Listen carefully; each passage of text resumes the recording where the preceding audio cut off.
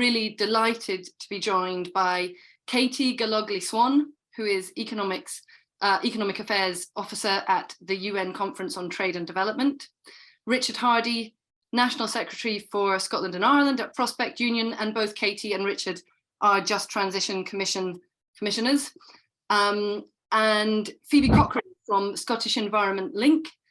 She's their Sustainable Economics Advisor, and also worth noting that Link have also recently been invited to take up a seat on the Commission. So could we get all our panelists in the spotlight? And I'm going to ask you all a question, so a slightly different version of the question for Katie and Richard first, and then I'll come to you, Phoebe. So Richard and Katie, in your conversations about Just Transition as members of the Commission, do you think there's a widespread understanding that we're really going to need a significant extension of public ownership in order to deliver a just transition? Do you want to go first, Richard? Or... No, go on, you go first. Okay. Well, first of all, thank you for having me today, and nice to be listening in the past couple of hours. To your question, Mary, I think the short answer from my perspective, and again, I can only speak from my perspective, is no. I don't feel like it's a priority for the Scottish Government, and to be honest, I think that is not a surprise when you look at the ideological approach that seems to be currently driving a lot of the broader vision of their programme for government. I think it's still very much dominated by an expectation of private sector leadership and market-driven mechanisms. I mean, even a brief skim of the energy strategy has stacks of references to these sorts of vague neoliberal notions of attracting FDI and using market mechanisms for innovation. And obviously we want innovation, and obviously we want to drive investment, but the devil is in the detail there. And what we have proof of is that voluntary private-led decarbonisation hasn't happened yet, and the idea that it's going to spontaneously begin to happen is farcical. Never mind the idea that that would be delivered in any just way. I don't need to tell this audience that. But nevertheless, the Scottish Government seems to be still stuck in this paradigm. We see it in the National Strategy for Economic Transformation, where we've got this focus on unleashing entrepreneurship and attracting investment, still sort of stuck in the 80s and 90s. And we see this in the Net Zero Investor Panel, which provides a close relationship to government for financial actors, some of whom, you know, have been involved in privatising public institutions like the UK's Green Investment Bank, which didn't last very long, and they celebrate that legacy. And we see it in the continued commitment to things like green ports, which, you know, using a race to the bottom regulatory black hole, which is contrary to any sense of fair work or global justice. And we see it in the different attempts of the Scottish Government to try and deliver industrial intervention, whether in Burnt Island or Campbelltown, or even, you know, it's been discussed recently, the fire sale at Scotland. So, I mean, I think across these different strands, there's a real severe underestimation of the role that the public sector is going to have to play across these different and multiplying policy documents. And I think that that is evidenced in the very paltry implementation compared to ambition.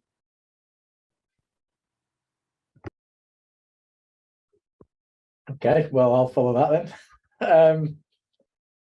I think it's not quite, in my view, is it's not quite as bleak as Katie makes out, but it's not far off.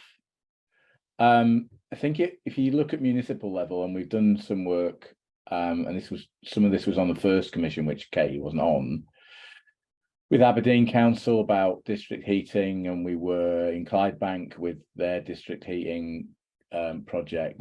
I think some municipalities and some councils get it, but as soon as you get to the national governmental level, what you see is just this, as Katie's much more eloquently described, this complete stuck in the 1980s, 1990s approach to neoliberal lines of approach. And it's quite baffling when you look at the government's desire to be seen as part of the Nordic fringe, that they want to be part of the Nordic fringe, but they don't want to do any of the bits that cost them any money.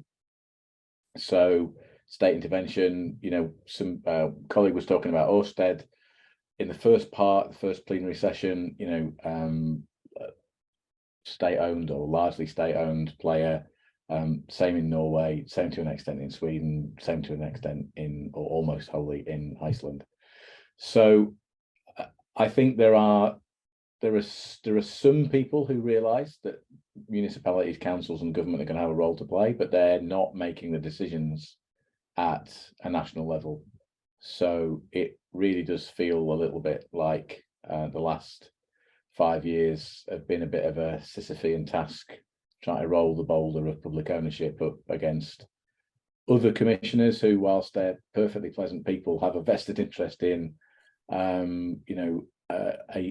market-driven capitalist approach.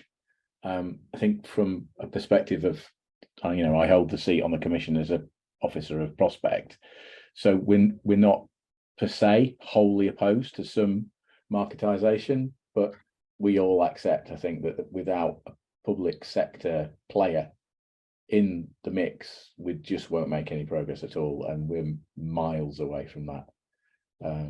So yeah, not quite as bleak, but maybe 98% as bleak as Katie made out. Thank you both, and I can unmute myself now. Phoebe, a version of that question to yourself: how much awareness do you think of this, so public ownership as central to the decarbonisation agenda, is there in the environment sector? Well, I would say that I think the environmental NGOs that are members of Stop Climate Chaos Scotland, so those are the ones that are working on climate change, there is some awareness. It was supported in their response to the climate change plan update. But you ask about the understanding of it being central to the decarbonisation agenda, and I don't know that that's very sort of clear, and maybe for that reason it's maybe not as prominent in their thinking as it might be. I think there's more awareness about the sort of financial sort of inequities and sort of missed opportunities associated with the current situation, and less about sort of how it's central to decarbonisation. And if that was made more awareness about that, then I think that would make it a more sort of a more central sort of ask of environmental NGOs. Thank you. And then, so building on that, so pretty sort of bleak assessment, and for Richard and Katie, obviously in your role as commissioners, you're doing more than just talking to the Scottish Government about this, right? You have an outreach role on the commission. So maybe just reflecting a little bit on that, and whether you see that sort of engagement and understanding of public ownership within the wider outreach that you've done. But then, how do we go about actually building this widespread support for public ownership, for this extension of public ownership of the energy system? And then for Phoebe, what do you think the prospects of building widespread support within the environment movement for public ownership are, and how best to go about that? So maybe just kick off in the same order from Katie to Richard, and then Phoebe. Sure. I don't mean to sound so bleak. It's, if the question is there a sort of widespread assumption of the need for a public first approach, I find it very difficult to see the evidence for that. But I am hopeful, I promise. But in terms of taking forward the case, I think, well, first of all, considering the events of the last week, I think that we probably need to continue operating on two levels. I still think we need to be arguing about why we need to decarbonise rapidly, and I think the second part of that is why the most effective, most efficient, least expensive and most just way is a public driven effort to do that. I'm surprised to hear that there's still political leaders who don't think that decarbonisation is a top priority, and a just transition is a priority within that. But I think to argue for that public-driven vision, we need to continue to highlight the economic case. I would say that from the background I come from, that we need to show that it's viable, and we need to show that it's transformative. And there are examples, both international and local, that demonstrate the return to the commons of a public first approach. In Scotland, for example, we had the absolute pleasure as the Commission to visit the Point and Sandwick Trust on Lewis, which is by no means an example that is possible for every community across Scotland, but can show what can be done with determination against a horde of barriers. I'm sorry if you already know this example, but I didn't know it before I visited.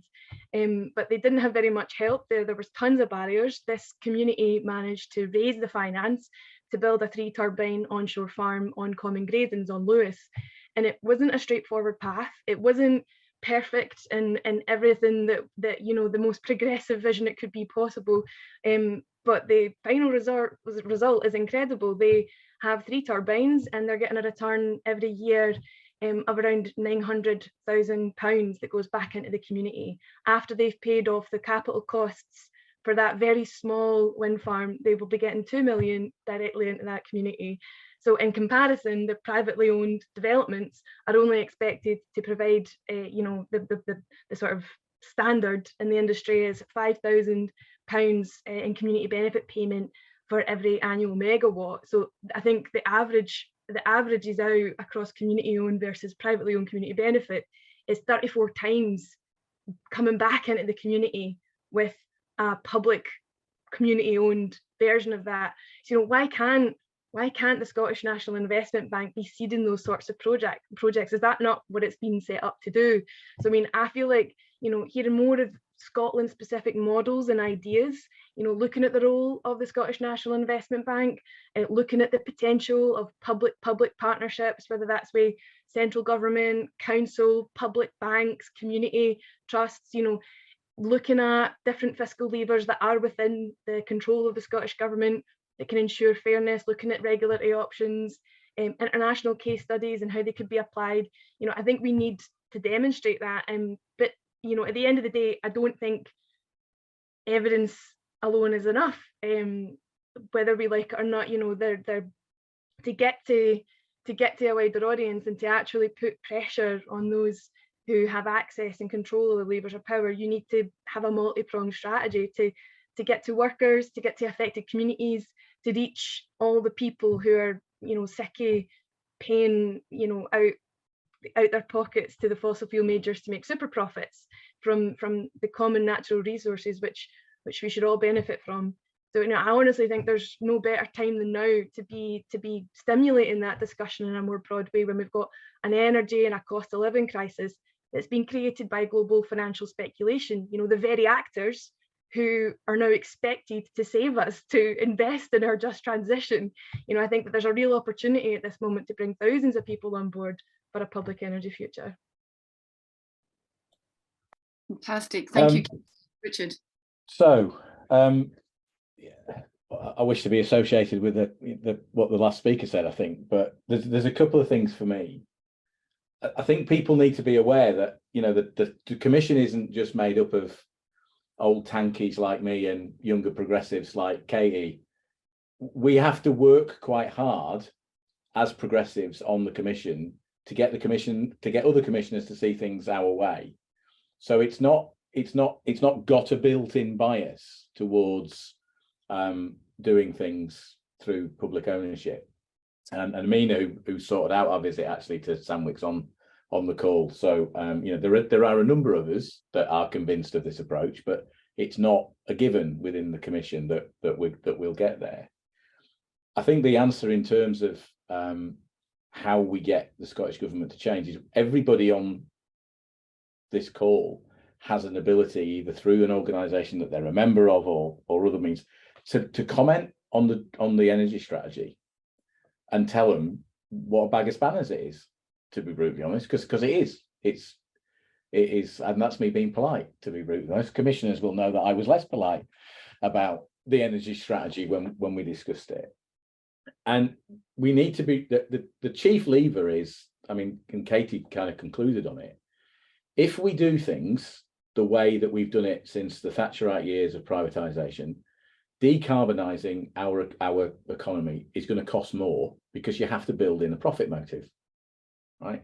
That's the bottom line. And we should be telling people that this is going to cost them quite, you know, when we should be honest, decarbonising is going to cost people money, but it'll cost them a hell of a lot more money if the state is not involved in this process and capital is taking out its return for turning things back to how they should be after years of flogging of stuff through a process of marketisation. And the other lever to pull for me is, and Katie touched a little bit on it, is we need to build on the community energy side. But when we've been through energy transitions before successfully, they've been done by the state. So at the end of the Second World War, when we moved away from wholly regional electricity generation and built the national grid, we built the national grid through state ownership. And we did it when we were a lot more bankrupt than we are now, because we just finished paying to liberate Europe from fascism with a lot of help from everybody else before anybody accused me of being some sort of gammon flavoured speaker. The move from town gas in the 1960s and 70s, which I am actually old enough to remember, that was done by the state. That was handed to the gas board and to councils, and we got on and we did it. Right. What we've seen since privatisation is 30 years of having the levers of decision making in the hands of people who will do it when it's right for their shareholders, and not when it's right for the planet, for as Ros said earlier on, for the working class in the global south, and actually for the working class in Scotland. So we need to have that conversation with our members as unions. Some unions are better than others at having the conversation. Some organisations are better at having it than others. But we've got to turn around to Scottish Government and mark their homework. And the homework that they've just given us to mark is, as I used to get quite a lot of, 3 out of 10 must try harder. So, we've got to push back, and we have that opportunity in the window now to do it. And we need to be saying it'll cost more and it won't happen in time. And you won't do it very well if you leave it to the private sector. And the public sector has to have a role. Even if the public sector's role is simply to be a Kickstarter, or as Mika had indicated, buying into and taking on some of the opportunities from ScotWind that other companies will be looking to hive off. But unless you have a driver to move this forward, which is the state, it isn't going to happen. And that's the conversation I think we need to have with them. Fantastic. Thanks, Richard. Phoebe, over to you.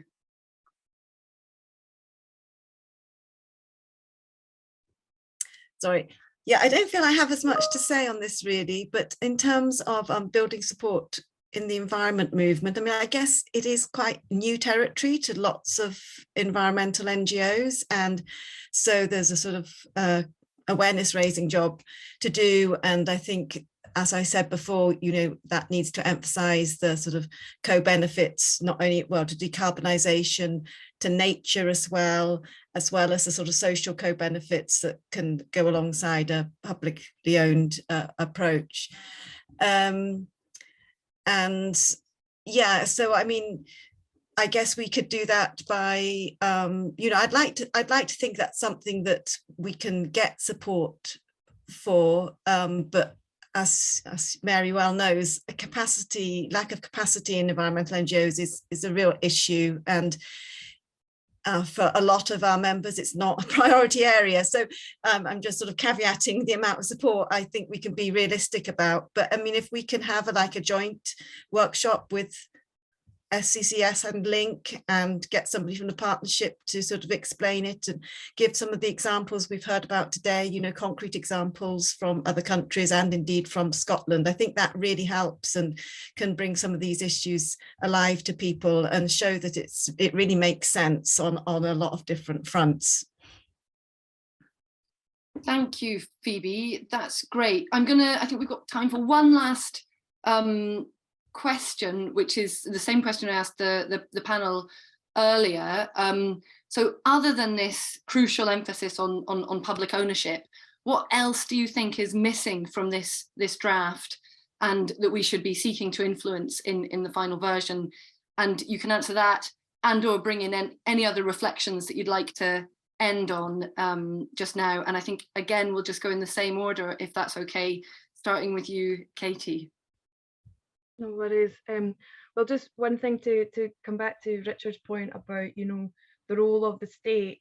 I think that one of the things that's really important, that will be important in bringing people on board with a public energy vision, is ensuring it is connecting with the desires and interests of different communities. And there's a very legitimate reason a lot of rural communities in Scotland would be suspicious of a national energy company that isn't got some local grounding in their experiences and straight up marginalisation in the current energy system. So I think any public first approach in Scotland really needs to make space for those local projects and those community generation initiatives. And really, and I've not done my own heavy thinking on that, but I think that is something that needs to be clarified. But in terms of the recent strategy, I think the first major gap that's glaring for me is a serious labour plan. That workforce planning feels really absent. We're really behind in preparing the current and future workforce for our ideal low carbon economy. So I think that is a bit of a disappointment. I think the supply chain aspect, there's supply chain is peppered throughout there, but it's really thin on detail, and this is a question which, pretty much all commissioners felt the same about, like, what are you talking about when you mean this? Because that is where those productive, high quality, well paid, secure jobs are going to be, and then the local development aspect, I mentioned, the community development question, the local development and communities are recognised as participants and potential beneficiaries, but not as leaders. And I think that this community generators being relegated to a sort of peripheral role is worrying, because it's not actually listening to what the communities are asking for. I think equity and distributional impacts have had a very scant consideration. I think women were mentioned once.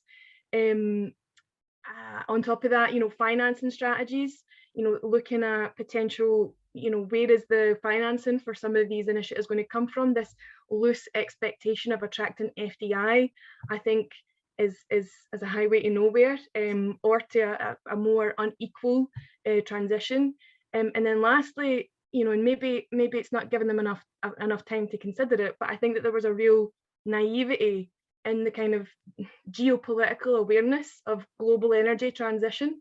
We have a hydrogen race going on. We also have these industrial interventions that are massive and happening next door to us, and that kind of awareness and risks and considerations felt quite absent.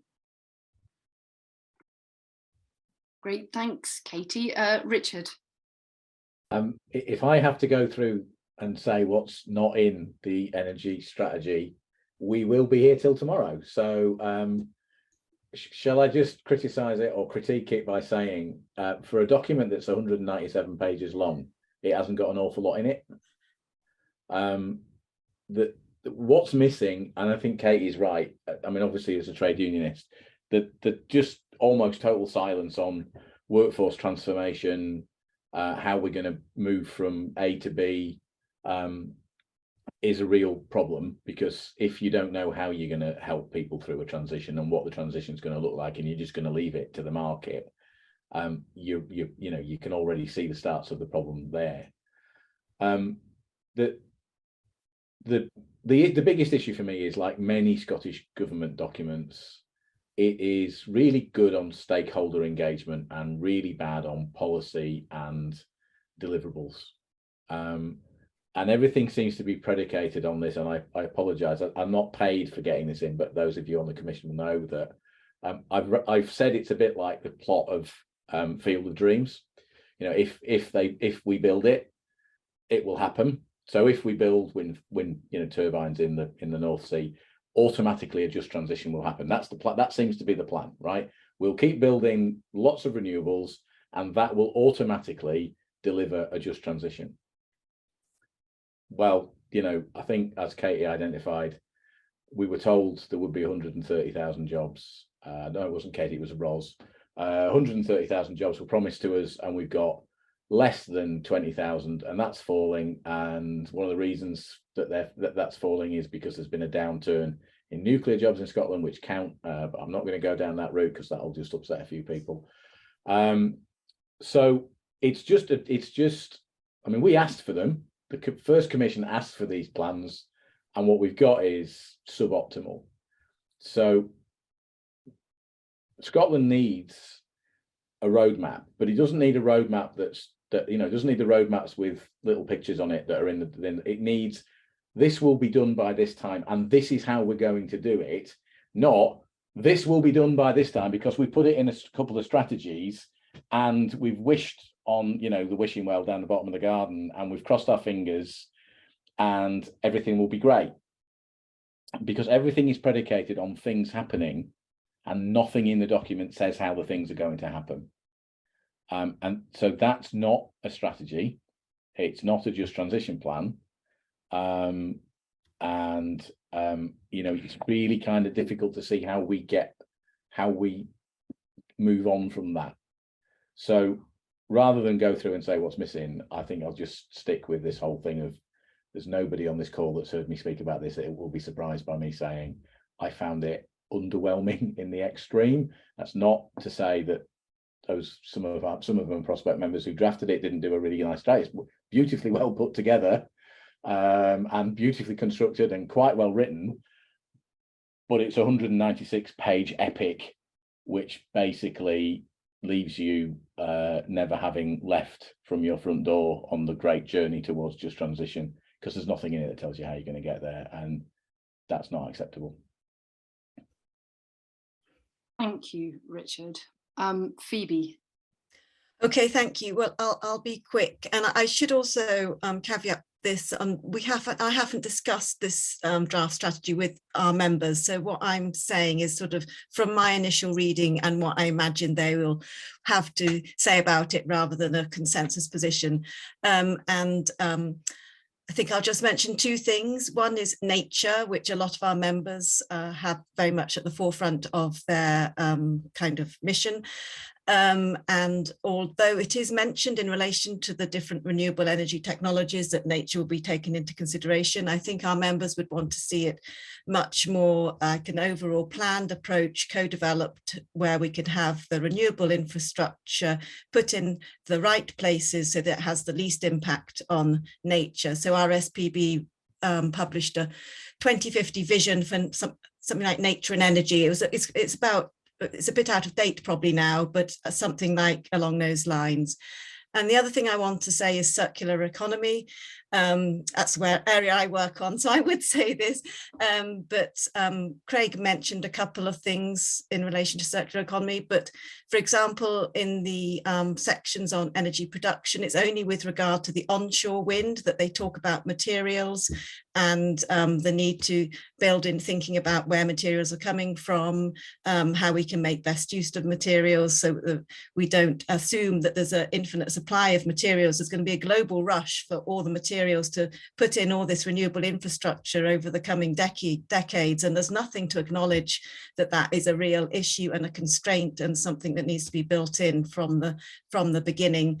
And also going on to the energy demand side, again, it's not really thinking about optimization of existing assets, a little bit maybe in transport, but we need to be thinking about the energy demand over the whole life cycle of our material assets, not just the use phase. So those are, a couple of points that I would like to make. And I know we're really out of time, so I'll stop there.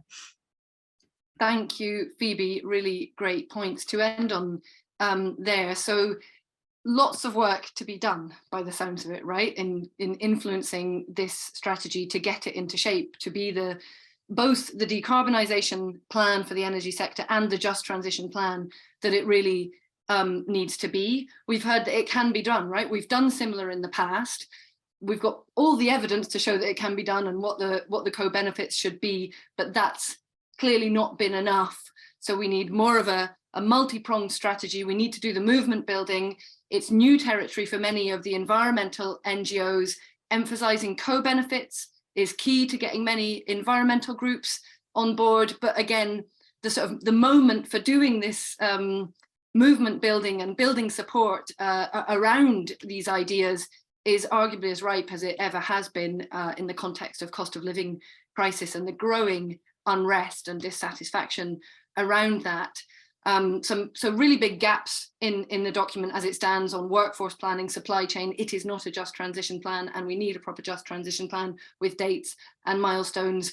And there are also some really significant gaps in there in terms of demand reduction, environmental impact, the impacts on nature, and circular economy consideration. So lots of really, thank you so much to our panelists just now. That's lots of really clear and helpful insights into what we all need to be thinking about as we engage with this consultation process and beyond. So thank you. I'm going to let you go from the spotlight and then just start to wrap us up. So yeah, thank you not just to our recent panelists just now, but to everyone who's spoken at this event, including in the breakouts. Thanks to you all for attending and for your engagement in the questions and in the breakouts as well. Some really, really great ideas I think that we've touched on and generated today. In terms of what's next, so the consultation closes on the 4th of April, I think, as we've already said, and maybe if somebody could just pop the link to that in the chat as well to make sure folk have it to hand. So the consultation closes on the 4th of April, and publication of the final strategy is anticipated to be around November time, to coincide with the point in time where the new climate change plan is put before Parliament, because obviously the energy strategy part of this and the just transition plan part of this will form like the major component of what the climate change plan looks at in terms of the energy sector. So then that's before Parliament, and there's still an opportunity to influence what it looks like during that parliamentary scrutiny phase. So for just now, there is longer than this consultation to influence this, but for just now, it's really important to get all of our thoughts on paper and submit them to this process, whether that's you as an individual or in your organization, your workplace, you know, the union you organize with, your community, whatever.